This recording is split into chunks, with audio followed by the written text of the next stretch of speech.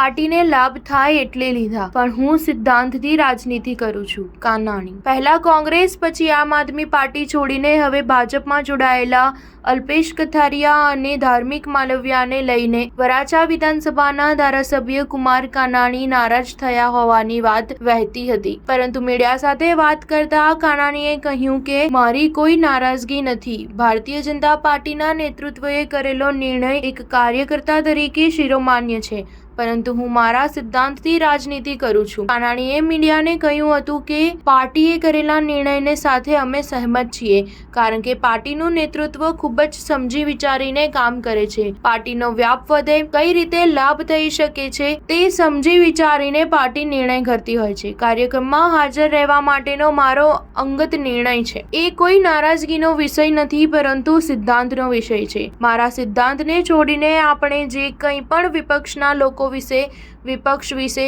જે કંઈ બી બોલતા છીએ તે લોકો યાદ રાખતા હોય છે. હું બીજી પાર્ટીને ગાળો દેતો હોઉં, જે પાર્ટીમાં ભાજપમાં નારાજ થાઉં, તે પાર્ટીમાં જોઈન્ટ થાઉં, તો એ પાર્ટીને કાલે સવારે ગાળો દેતો હોઉં. આવી વાતો લોકોના મગજમાં રહે છે. આ કેટેગરીમાં હું જોઈન્ટ ન થઈ જાઉં, કારણ કે વરાછાના લોકોમાં મારી એક ઇમેજ છે, ઇજ્જત છે. મારા સિદ્ધાંતો લોકો જાણે છે, એમાંથી હું હટી ન જાઉં. સ્ટાર ન્યૂઝ 7 હંમેશા સચ્ચાઈની સાથે.